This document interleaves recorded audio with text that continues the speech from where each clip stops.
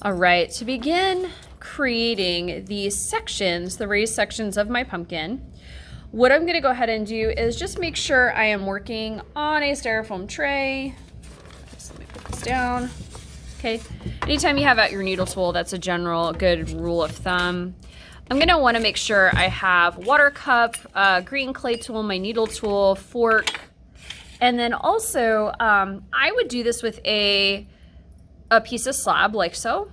All right, so I just took my scraps from my pumpkin or my second section, the pieces I had left over, and I rolled it out into a slab really quickly. Okay, the other thing I did was I decided that this general shape I am good with my pumpkin, so I kind of dropped it on the table a couple times, flattened it out so it sits nicely.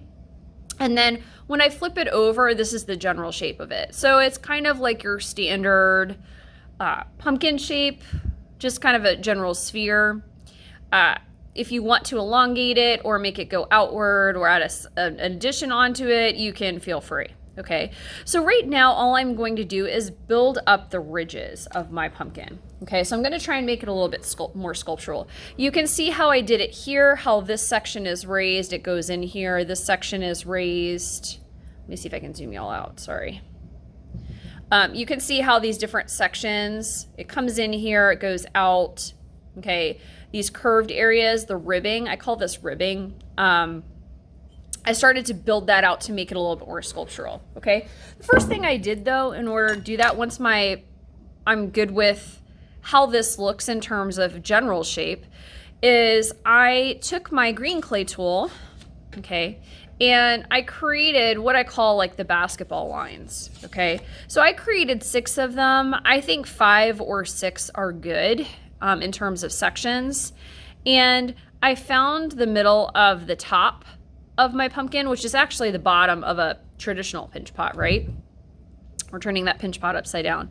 Created a little mark in here, and then I just very lightly with my green clay tool, just very surface level, formed my 6 different sections. Again, 5 or 6 is good. And what I'm gonna do is I'm gonna add like a little piece of clay in the center of each of these sections from top to bottom to build this ridge out as like a little bump, okay? So I think you'll see what I mean as I go along, okay? I am going to, because this here matches about the height of my pumpkin, I know that if I were to kind of sketch on the clay and create just little chunks that look like this, little cutouts that look like this, that will fit in this area, okay? Kind of like that to build it out. I can use that one generally as my guide if I want to. There's so many different ways you can do this. Okay, again, I'm working on that styrofoam tray. Okay, so it's kind of like a petal shape. I wouldn't worry too much about the shape because again, you can form it with your fingers. Okay, so I have, let's pretend for the sake of time, I did a bunch of these. Okay, maybe 5 or 6. At this point in time, I am going to start attaching them to the surface of my clay. Let me zoom you all in. Okay, so the way that this is going to work is I'm going to put this like this, score slip and smooth it on. Okay, and then this edge, I'm going to round it out with my thumb to make this a raised area. Okay, so I am actually going to use my fork as my scoring tool. Okay, so remember, scoring is just scratching your clay.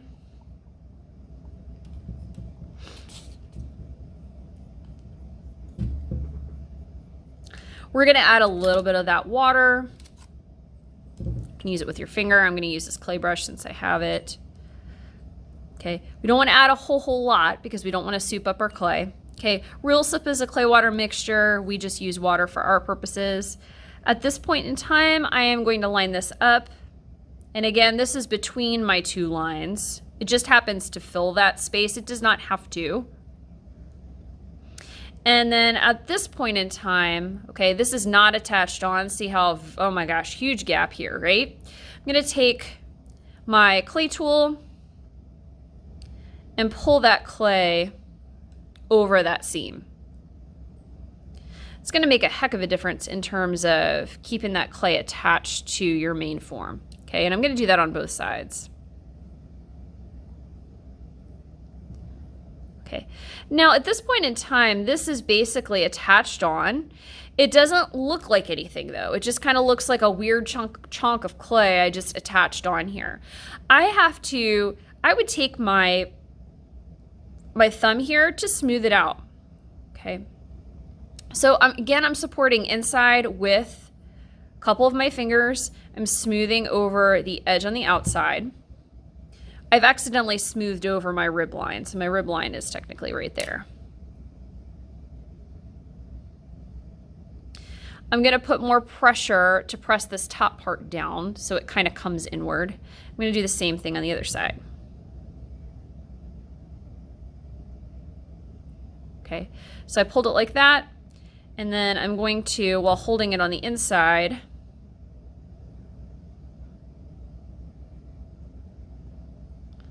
pull this over like so. And again, anytime I put pressure on the outside, doing the same thing on the inside, making that texture of the slab roller go bye-bye. Okay, so right now, if I were to carve that line back in, this is what one of my ribs looks like. Okay, and on camera you can't really see it too much.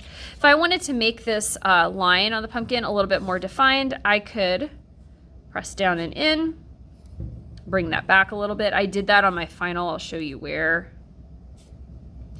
I think this step is good to do after you have a couple ribs attached, and then you can really see sections of it come out and in and out and in and out and in, okay? Just to give you an idea. Okay, so I have that one rib that's attached. It's starting to alter the shape of the pumpkin. You can see how it is done on here. So this is in, this is the rib line, this comes out, and then it goes in, and then it goes out, and then in. Same thing on that side. Okay, you can do any kind of attachments. Let's say you want to, I don't know, do a vine. You can form this with your hands.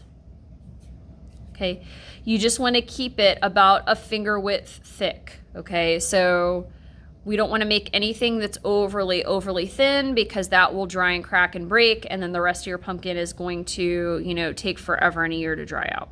Okay, so vine, something like that. I could score, slip, and smooth that on. This could even be the handle if I wanted it to be, right? Score, slip, and smooth that on.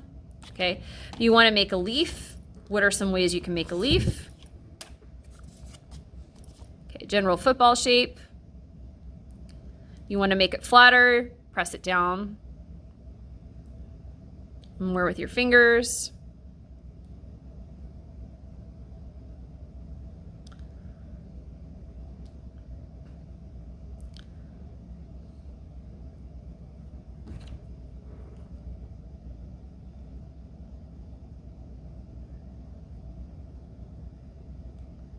Make this line up. These vein lines line up. Okay, so I've got my little leaf action. I can score, slip, and smooth that right on. Okay, so there's a lot of things you can do with this. My recommendation, really important, is if you're doing a carved pumpkin, I want you to create the whole thing first, and then one of the last steps of our process will let the walls stiffen ever so slightly so you can carve in your face. Okay, if your walls of your pumpkin are just too soupy or too goopy, if it's too soft, it's going to collapse on itself as you start that carving of your jack-o'-lantern face. Okay, so that's just an idea of how to make the ribbing of your pumpkin, or your pumpkin walls itself a little bit more three-dimensional, as well as attaching other parts to your pumpkin.